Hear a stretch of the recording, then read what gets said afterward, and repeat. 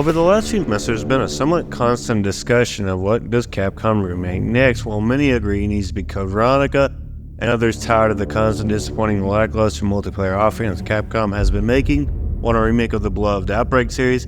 I think almost everyone agrees at this point a remake of Resident Evil 5 just ain't it. But there has been one brought up that I feel many people believe deserves the Reach for the Moon treatment, and that is of course another remake of Resident Evil 1. I mean, why wouldn't Capcom remake Resident Evil 1 again? They've already remade Resident Evil 2, 3, and their latest remake of Resident Evil 4 being a massive success, and among the discussions of Game of the Year contenders, it only makes sense to do it before we get to the heavier action-focused entries of the Resident Evil franchise, but me personally, I would absolutely love a Resident Evil 6 remake. I do, though, believe Resident Evil 1 already has the perfect remake in lieu of Resident Evil 1 HD Remastered. That, in my humble opinion, is still the best remake in gaming, and the gold standard on how you should do a remake, and even after 20 years, it's still one of the best looking games I've ever played. You don't have many games that can age as well as RE1 HD Remake has, and it'll still be a fun time to play. Hell, games made 10 years ago haven't even aged as well as the remake of RE1 has, and to me it's still one of the best ways to experience RE1 that isn't a randomizer or for nostalgia reasons. It just does survival horror pretty damn well, and while I love the modern remakes of 2, 3, and 4, they just don't have the charm of their original versions and are missing things that came in their original games that could very well happen in another remake of one where Capcom ignores everything that was in an RE1 HD remake and decides to change it up again. Again, there isn't anything wrong with it, it's just how a remake goes, but I'm not too big of a fan of that if I'm being honest. It wouldn't be great if that ended up being the case, but at the end of the day, Capcom is going to do what they feel is best, even if we think it isn't.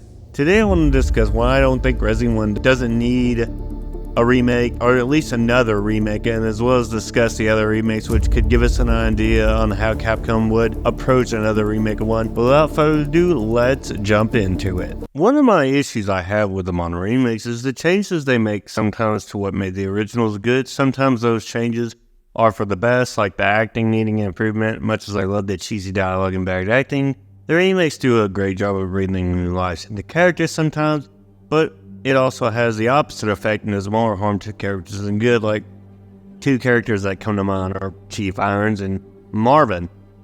Chief Irons is just an asshole in the remake, but there was more to his character, felt like more to it in the original than we got in the remake, and Marvin just felt like completely opposite of who he was, and I just wasn't a fan of character changes like that. Sometimes there's improvements to characters like Leon and Jill and Claire, and sometimes there's changes to characters and how they are, like Chris, that aren't good. Of course, another thing is removing content that was in the original and replacing with something that isn't near as entertaining as what it replaced, or just not bringing something to replace it at all.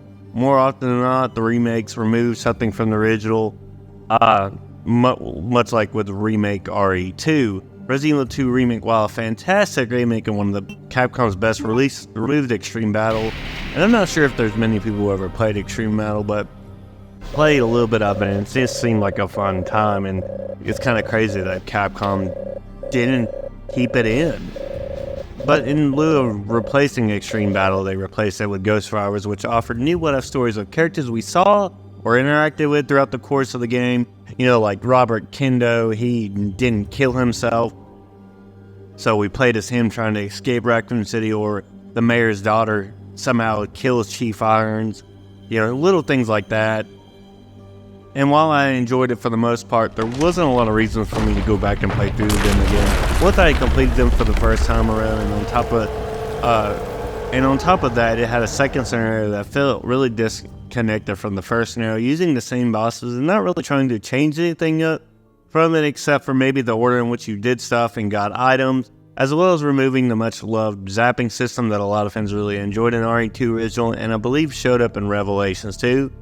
You know, there's certain things that they changed, and I can sort of understand it, but also it just felt like really pointless to do so. But again, I'm not a developer, so I don't know what there is to say. Remake 2 is not a bad game. In fact, it's definitely one of my favorite games of all time, and one that I've always enjoyed playing, but I can't deny that it was missing the charm and certain elements from the original that makes RE2, the original version, so fun to play.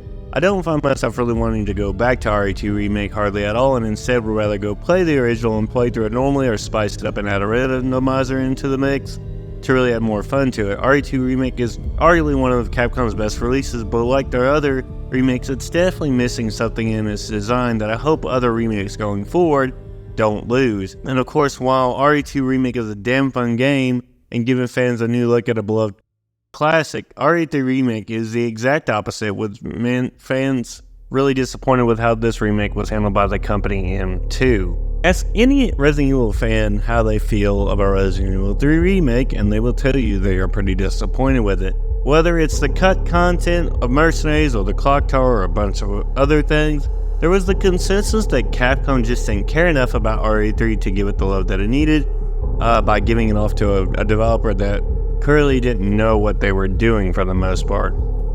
RE3 Original, on top of having things like Mercenaries in the areas like Clock Tower, and I believe there was a water park, I can't quite remember. It's been a minute since I've completely played through the full game. It also had up to, I believe, 9 endings, which even after 15 or 20 playthroughs, it was very unlikely you still would have discovered them. Much less all the various situations you can find in subsequent playthroughs. It had a lot of replayability, for which RE3 Remake really didn't have any. Many fans are still not happy with the removal of the Clock Tower, and of course, instead of Mercenaries, we got Project Resistance, and while it was a fun and unique multiplayer experience, it suffered on day one with cheaters, and would eventually lose support from Capcom, having no longevity like every other multiplayer title Capcom releases. And with how short Remake 3, it actually made a lot of sense that they planned to release this alongside RE2 Remake due to how gutted it was as a game compared to the original. Again, RE3 isn't a bad game, but it essentially was left out to pasture by Capcom and deserved better than what it got, and it's because of RE3 Remake that many fans are hesitant about Code Veronica getting the remake treatment because of what happens if Capcom decides to hand this beloved title to M2 again, and what happened to RE3 happens to Code Veronica. This argument could be made that many fans would lose their trust in Capcom and in their ability to remake titles, thus stopping Capcom from doing remakes of other dead IP like Dino Crisis and Darkstalkers. I think it would pretty much have a domino effect, and I don't think anyone wants Capcom to give up on remakes, which is of course how many feel about Resident Evil 3 Remake. But this next remake is a vastly different beast. This remake is definitely one of the absolute best games I have ever played, and many will agree that is the case, and is one of the best titles Capcom has absolutely created in the last few years, and that is of course Resident Evil 4 Remake. Arguably one of their best releases within the last 5 or 6 years, Resident Evil 4 Remake is just a bona fide hit. It is just one of the best games I've ever played. If that tells you anything, I've played it like over 10 times. It's just so good. And I don't really have many issues with how Capcom remade 4, because unlike the other 2 remakes, I feel like they did so much better with it, having learned what to do and what not to do when remaking these games. I'm not really upset that Separate Ways wasn't in the game at launch, and simply because the original Separate Ways was thrown together with probably like $1,000 on some shoestring. It's low budget, and even more so when you consider the fact that Capcom didn't bring back Sadler and Krauser's voice actors for reprisal roles. And I'm almost certain that U3, as well as the gondolas and other stuff that wasn't in the main release of Remake 4, will show up in some capacity in Separate Ways, so it's really not that big of a deal. But the only thing I feel Resident Evil 4 Remake really suffers from is how certain characters were treated in the remake, mainly the villains. While a lot of the villains in the original had charm and were fun seeing showing up, the remake counterparts are missing a lot of that. Characters like Luis and Ashley were massive improvements over their original selves, but the villains weren't as entertaining as they originally were. Salazar was still pretty much the same, but we didn't see him near as much, and in that place he was given speakers to taunt you throughout the castle. Feels very much like a downgrade, if I'm being honest. And I really don't have any issues with Krauser or the Big Cheese, because I feel like they served their part pretty well. Big Cheese, I feel it showed up a little bit more and had more of a character to them and simply just not saying anything. And I feel like those 2 were better than their original counterparts in some ways. I think probably the biggest crime of this game was how underutilized Sadler was. Sadler was originally would originally show up in the castle taking the life of Lewis, but in the remake it's Krauser, and even more to the point, we only see him at the very end of the game as well as opposed to the halfway point. And of course, arguably one of Ada's biggest moments in RE4 is given to Luis. Instead of Ada saving Leon at the last second from Krauser, it's Luis, which I don't have any issues with Lily's voice acting, but I don't agree with taking away a pretty big moment from Ada and giving it to Luis, who I really love as a character. There were certain things like that, and I really hope Ada gets that big moment again, because as much as I love Luis, that was Ada's moment. That she deserved that moment. That was her big event that was going to happen, and it was taken away to give Luis a last big moment, which again I don't disagree with, but I feel like it takes away from Ada as a character, saving the man she loves. Of course, Resident Evil 4 Remake is a fantastic game and one of the best releases Capcom has ever done, but even then it has suffered in some ways like the other remakes. Again, each of the current remakes gives something, but in return something is lost, whether it's story elements, game modes, or entire areas removed to fit the design that the director wants to make. I think a remake of one will suffer the same fate as every other remake that has come before it, which is something getting lost and removed, of course. And of course it will gain something, but at what cost? And don't get me wrong, these remakes are fantastic, but they lose some of their identity along the way, and it's something that I worry about with another remake of one if they ever decide to remake it. And of course, if they decide to remake one, which one would they remake? Is the question you need to ask yourself. Are they remaking RE1 Original, or are they remaking RE1 HD Remastered? And if they're remaking RE1 Original, will they keep certain elements such as Crimson Heads and Lisa Trevor and improvements to puzzles which add more to the narrative as well as add more to the gameplay side, where burning the bodies of the undead is necessary when traveling through the mansion? RE1 HD Remake doesn't take away from the original like some of the other remakes do. It only enhances and improves upon what came before in subtle and not so subtle ways, whether it's the new enemy types like Crimson Heads, which hit harder and move faster than the regular undead. If you don't crit the zombie by shooting its head off, then you have to burn the body as well, or later when you pass through an area, a new deadlier version of the undead will rise, being faster and stronger and being able to take you out quicker than the normal brick and mortar undead. It forces you to react differently and change your gameplay style, and honestly it's not something seen as often in other Resident Evil titles as I would like, but it is what it is. I think Crimson Heads are a fantastic addition, and I would hate if the eventual remake just null and voided them altogether, but of course only time will tell if that's the case. And while Crimson Heads add more to the gameplay style of Resident Evil 1, Lisa Trevor adds more to the overall narrative of the game. I really think it's one of the best additions to the remake because it really shows the depravity of the Umbrella Corporation, as well as giving us this horrible, sad, tragic backstory of the girl known as Lisa Trevor. And I think it really only amplifies the narrative of Resident Evil and adds more to show just how truly evil everyone in Umbrella was in their pursuit for unlimited power. I always love when stories add more to the narrative, whether it's fleshing out backstories to beloved characters or giving us more reasons to hate the villains, and adding Lisa Trevor really shows the length to which Umbrella went to obtain new forms of bioweapons, and also showed the horrible stuff Lisa Trevor went through as no more than a young human. It's horrible, and I'd be down for Capcom to really showcase this kind of stuff more instead of, shoehorning story elements, like how Umbrella would eventually come to be by Spencer meeting a very disappointing villain. Yes, still pretty dumb, but I digress. And of course, there are other improvements that the remake of RE1 brought, like remaking new areas, adding new puzzles that really added more to the game, as well as new game modes, such as Real Survivor, and invisible enemies, as well as Forrest would follow you around with explosives strapped to him. If you shot him, he would explode, causing a game over screen.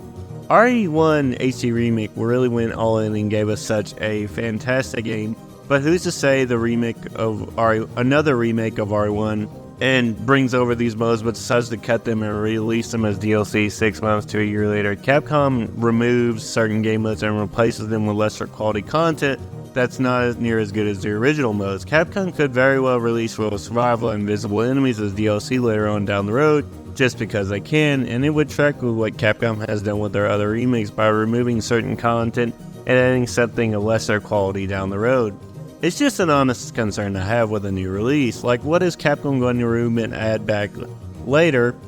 What are they going to remove and not replace at all? Again, only time will tell if RE1 gets a better remake, but I feel like these concerns are at least valid to a degree. Now, Capcom could very well add these elements in the eventual remake, but with how haphazardly they have been about removing content from these remakes, they could very well replace them with something different, as it would be a new remake with room to change things up like RE1 HD Remaster did. But this is, of course, all hypothetical, and Capcom might never remake RE1 again, but we shouldn't say never, and only time can give us that answer if Capcom will eventually decide to do a remake of one again. Of course, I will always stand by the fact that RE1 HD Remake is and should be the gold standard for remakes going forward, and with Resident Evil 4 Remake being a close second despite my minor grievances about it, it would not seem impossible for another remake for RE1 to be just as good as the current remake we have now. And it sometimes could be almost impossible to capture lightning in a bottle twice. There isn't just cons to why there doesn't need to be a remake of one. There's of course a few pros, such as seeing a true canon ending to the events of the Spencer Mansion, such as everyone in both endings leaving together, and not just different characters for each scenario like Barry for Jill and Rebecca for Chris, but everyone leaving the mansion together and facing the tyrant as the last members of STARS stand off against the ultimate life form, and of course succeeding in doing so. Give us a bad ending where they don't and they all die. That'd be a nice little flip the script moment. Another pro is to see the Spencer Mansion in the Reach for the Moon in a new light and experience all that it has to offer with the enemies and areas, as well as new models of characters like Barry and the sweet precious being Rebecca, and minor characters like Enrico, Forrest, and Richard, and new models for Jill and a younger Chris and Wesker, as well as seeing the Spencer Mansion with the more refined third-person perspective instead of fixed camera angles and tank controls. But if I'm being honest, I feel like the fixed camera angles and tank controls are what makes RE1 Original and RE1 HD Remake what they are. In a way, it's part of the identity of the games, and I think taking it away would take away a lot of the intensity of what makes these two games so difficult. There's just something about going into a room and not knowing what's waiting for you till you get there, and having to navigate it in a way that is the detriment of you with the tank controls. I'm not saying third person perspective is bad, because seeing the Spencer Mansion in a new light and a new engine would go so freaking hard, but I do think the combo of tank controls and face camera angles really do add another layer of fear that you just don't get as often with the third person perspective, where really by the end of the game you feel like this unstoppable badass hero that can handle anything that is thrown at you. Again, I yearn for a simpler time, what can I say?